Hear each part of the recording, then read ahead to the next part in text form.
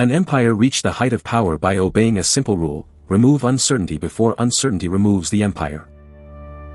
But one victory on the eastern coast of India may have revealed the fatal contradiction at the heart of all conquest. The more completely power triumphs, the more clearly it may see the ruin required to sustain itself. By 261 BC, the Mauryan Empire was not merely large. It was organized ambition on a continental scale. Earlier kingdoms had ruled lands, tributaries, and dynastic networks. But the Mauryan state represented something more formidable: the conversion of geography into administration. Roads tied distant regions to the Gangetic heartland. Provincial governance extended the sovereign hand beyond the immediate radius of the court. Taxation did not simply gather wealth, it translated agricultural surplus, labor, and production into state capacity. Standing military force ensured that the commands of the center were not suggestions but realities backed by steel, elephants, and institutional memory. This was the subcontinent after the age of fragmented powers had begun yielding to larger political machines. The age itself was shaped by consolidation. Alexander's campaigns had shaken old assumptions across the wider world, not because Macedonian rule endured everywhere, but because the shock of those conquests revealed how quickly political maps could be redrawn by disciplined force and strategic daring. In the centuries surrounding that upheaval, from the Mediterranean to South Asia, rulers learned a stern lesson: larger, more centralized states could outcompete smaller rivals if they mastered logistics, extraction, and command. Therefore empire became not merely an appetite, but an answer to instability. The Mauryans rose within that logic. Chandragupta Maurya had established the foundations through conquest and political consolidation. His successors inherited not only territory but a theory of rule, that enduring sovereignty required systems, not merely charisma. An empire could not be preserved by occasional displays of bravery. It had to be measured, counted, patrolled, supplied, and feared. Such a state does not look upon unconquered space as neutral. It looks upon it as a question. And ancient powers rarely tolerated unanswered questions on their frontiers. Yet one major gap remained on the eastern seaboard. Kalinga stood outside imperial absorption. This was no forgotten margin and no accidental omission. Kalinga occupied a zone of strategic weight. It commanded coastline and maritime access to the Bay of Bengal. It sat across trade corridors that linked inland production to coastal exchange. It possessed its own political cohesion and sufficient confidence to resist incorporation by the greatest state apparatus its age had yet seen in India. Therefore Kalinga represented more than unconquered territory. It represented the persistence of autonomy in a world moving towards centralization. To understand why that mattered, the grand chessboard must be seen clearly. Empires do not define security in humane terms. They define security as the reduction of uncertainty.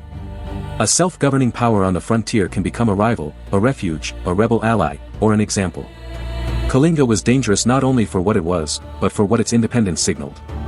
Every regional elite, every governor, every tax official, every ambitious local power could look east and see a fact the Mauryan court could not comfortably ignore: the empire had edges. This is where the psychology of power enters history. A mature imperial system begins to confuse incompleteness with vulnerability. What began as prudent consolidation hardens into doctrine. If one gap remains, perhaps that gap invites encirclement. If one coastal corridor remains outside control, perhaps wealth, intelligence, and resistance may flow through it. If one proud polity refuses obedience, perhaps others will begin to ask whether obedience is truly inevitable. Therefore the existence of Kalinga was not merely a cartographic irritation. It was an ideological affront to the internal logic of empire. The tension between Kalinga and the Mauryan state was therefore larger than a border dispute. It was a conflict between two political visions. On one side stood centralized extraction, bureaucratic reach, military integration, and the ambition to transform scale into final authority. On the other stood regional autonomy, local political identity, coastal wealth, and the determination to remain beyond imperial incorporation. Neither side could easily relax. Kalinga had reason to suspect that Mauryan friendship would eventually become Mauryan supervision. The Mauryan center had reason to suspect that Kalingan independence would eventually become strategic liability. Such conditions make compromise narrow. Once both sides understand the stakes, peace often survives only so long as neither believes the future can be secured by a decisive blow. But decisive blows possess a terrible attraction for rulers. They promise finality. They promise deterrence. They promise a solution to complexity. The problem, repeated across history, is that conquest rarely resolves uncertainty cleanly. It merely converts strategic questions into moral ones. Into this strategic climate stepped Ashoka. Later memory would preserve him as a ruler transformed, a sovereign linked to Dhamma, restraint, and moral proclamation.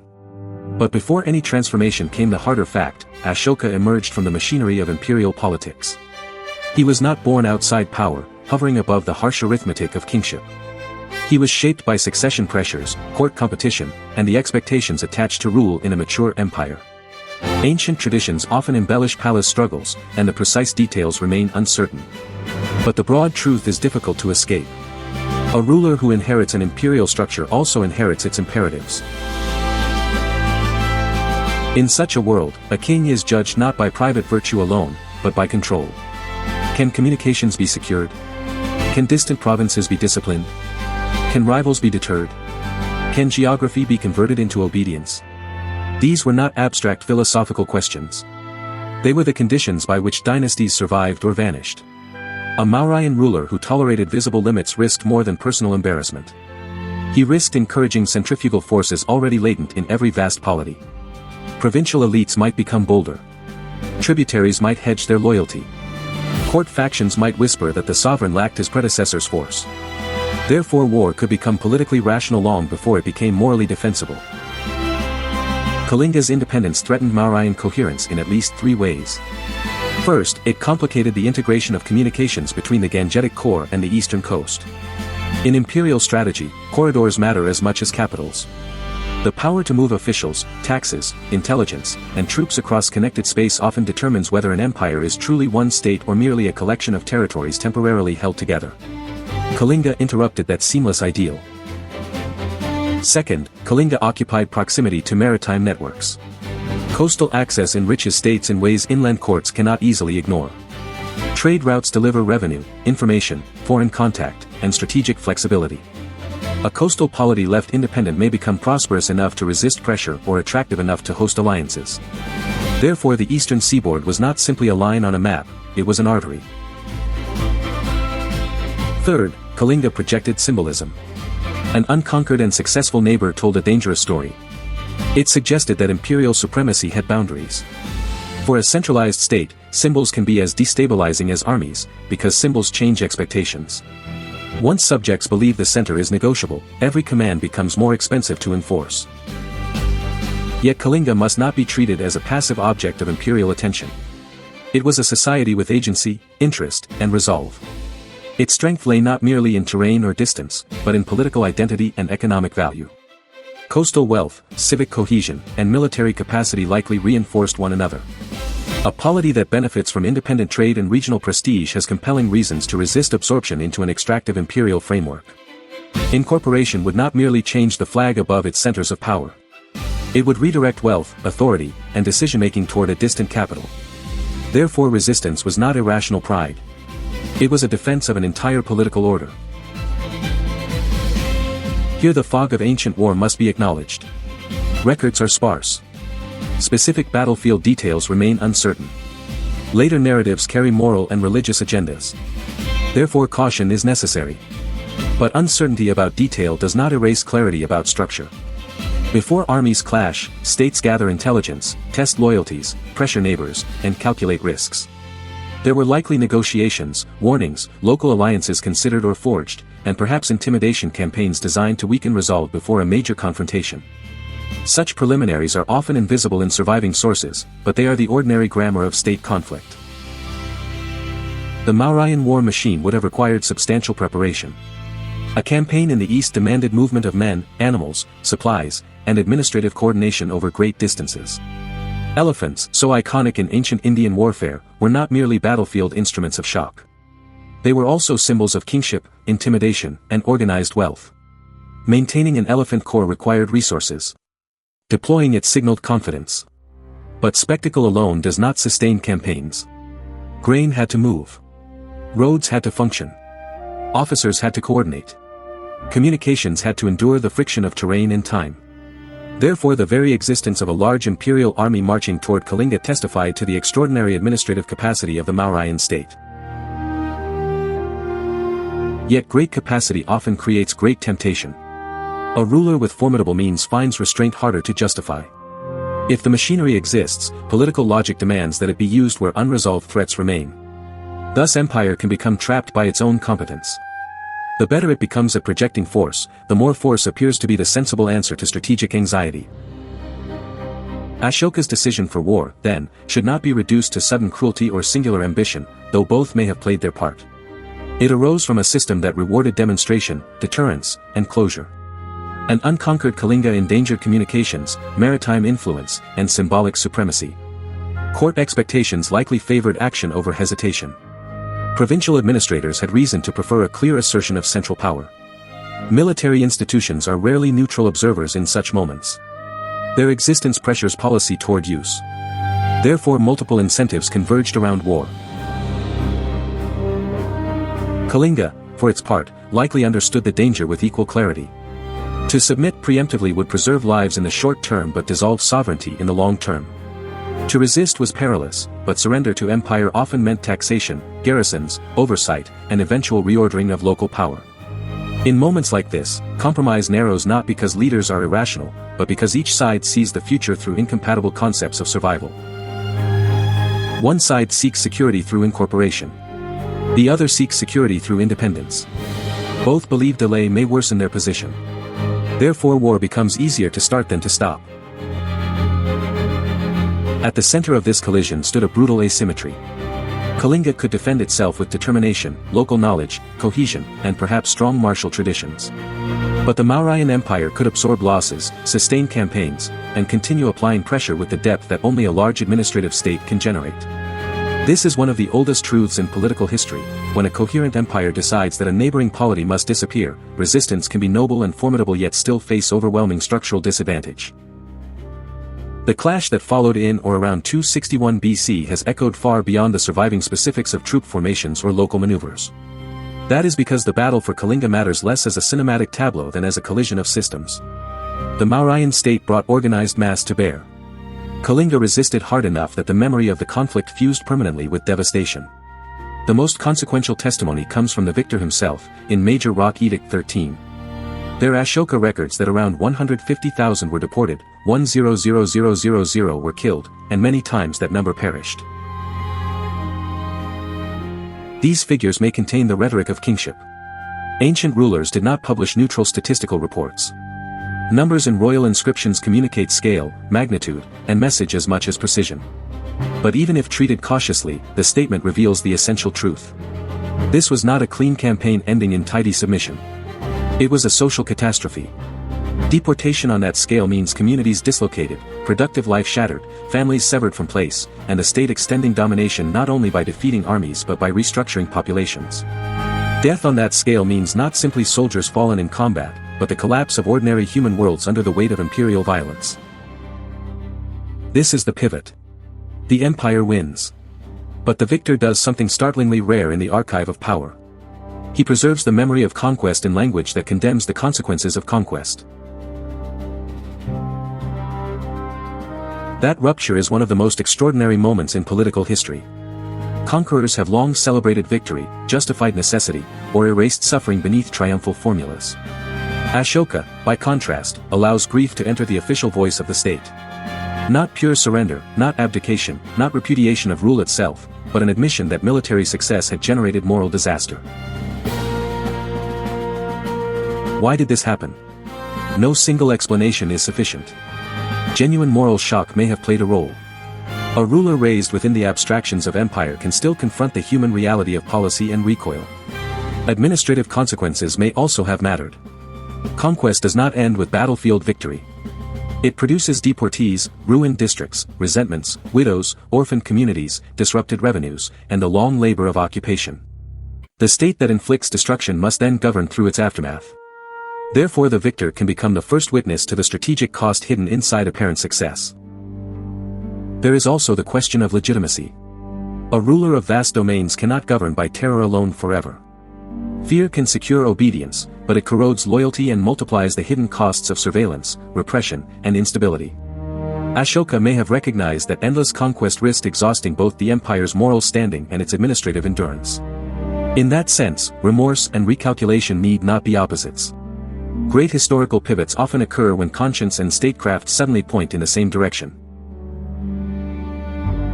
This possibility should not cheapen the transformation. Human motives in history are seldom pure. But impurity does not make change unreal. If anything, the most durable transformations are those that satisfy both ethical insight and political necessity.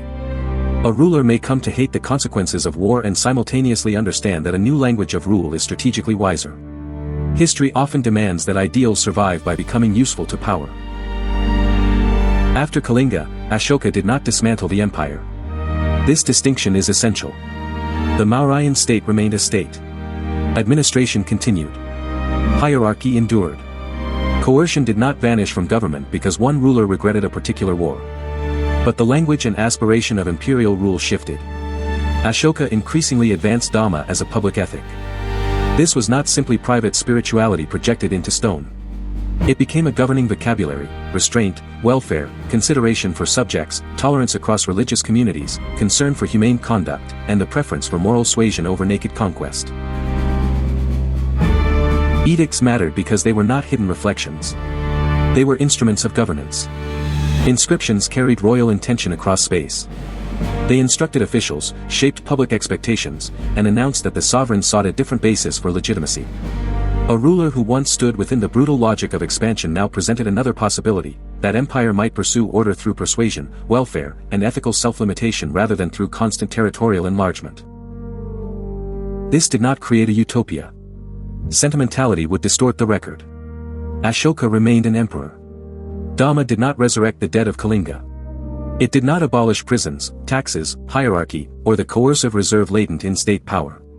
But it did mark a rare event in the annals of rule: remorse became policy language. There is profound significance in that phrase. Many rulers have felt regret. Few have institutionalized it. The transformation after Kalinga suggests that the experience of overwhelming violence can force even victorious systems to interrogate themselves. Yet this interrogation did not destroy the empire. It attempted to redefine strength. Strength, in the old imperial vocabulary, meant the demonstrated capacity to compel. Strength, in Ashoka's revised moral political vision, increasingly meant the demonstrated capacity to govern without maximizing cruelty. The state would still preserve order. But it would aspire to do so under a principle larger than domination alone. Therefore the lesson of Kalinga is not that power suddenly became innocent. It is that power, having seen its own reflection in catastrophe, sought a more sustainable and more human justification. In macro-historical terms, this is astonishing. Ancient empires usually discovered moderation only when forced by weakness. Ashoka's turn appears to have come after victory. That is why Kalinga endures in historical memory. It was not the familiar story of defeat producing humility. It was triumph producing revulsion. This reversal exposes something deep about human nature and institutions. Institutions train leaders to pursue advantage, to count security in territory, tribute, and silence from rivals. Success within such systems can conceal costs for years, because every gain appears to vindicate the method. But when conquest reaches a scale so immense that even the victor cannot narrate the destruction away, ideology cracks. Therefore one of history's harshest lessons emerges: power often recognizes moral truth only after proving it had the capacity to ignore it. Kalinga also reveals the peril of bureaucratic distance. The larger and more effective a state becomes, the easier it is for destructive decisions to appear as clean abstractions at the top. A frontier becomes a problem. A campaign becomes a solution. A population becomes a number. But victory returns consequences in concrete form. Displacement, grief, depopulation, and the long poisoning of legitimacy cannot remain abstractions forever. The same machine that executes policy eventually reports the damage upward. Sometimes, too late, rulers discover that efficiency has merely accelerated tragedy. The verdict, then, is severe. Strategically, the Mauryan Empire achieved what it sought. Kalinga was subdued. The gap on the eastern seaboard was closed. The message of imperial reach was delivered to rivals and subordinates alike. But that success carried a corrosive price. The conquest exposed the moral and administrative bankruptcy hidden inside total victory. It demonstrated that an empire may secure territory yet wound the legitimacy of the very order it seeks to perfect. Ashoka's greatness lies not in avoiding that violence, but in refusing to call it wisdom after the fact. The dead remained dead. The deported remained uprooted. But the official memory of Kalinga became an indictment rather than a boast. In that choice lies one of the rarest forms of political courage, the willingness of a ruler to admit that the logic of power had produced a result too catastrophic to celebrate. The modern mirror is uncomfortably clear. States, corporations, and political systems still speak in the language of necessity. They centralize power to reduce uncertainty. They justify collateral damage as the regrettable price of stability. They promise that one more acquisition, one more intervention, one more demonstration of force will settle the question for good. But the structure of the reasoning remains ancient. Security is defined as eliminating all autonomous variables. Resistance is treated as inefficiency. Human cost is converted into administrative language until the scale of harm becomes impossible to disguise. Kalinga survives because it reveals how often institutions discover morality only after their methods have already scarred the world. That is the true warning. The issue is not whether power can feel remorse. History proves that sometimes it can. The issue is whether remorse arrives early enough to prevent victory from becoming indistinguishable from failure. The legacy question is therefore not about Ashoka alone. It is about civilization itself. When a system is rewarded for success, and success is measured by control, what force can persuade that system to stop before the map is complete and the conscience arrives too late? If this episode opened a new question rather than closing an old one, continue to the next video on the end screen. It extends the larger pattern of how empires rise, justify themselves, and confront the cost of their own logic.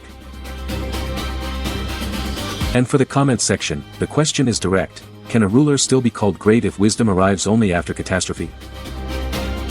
Subscribe for long-form historical analysis that treats the past not as nostalgia, but as a strategic guide to power, society, and human nature.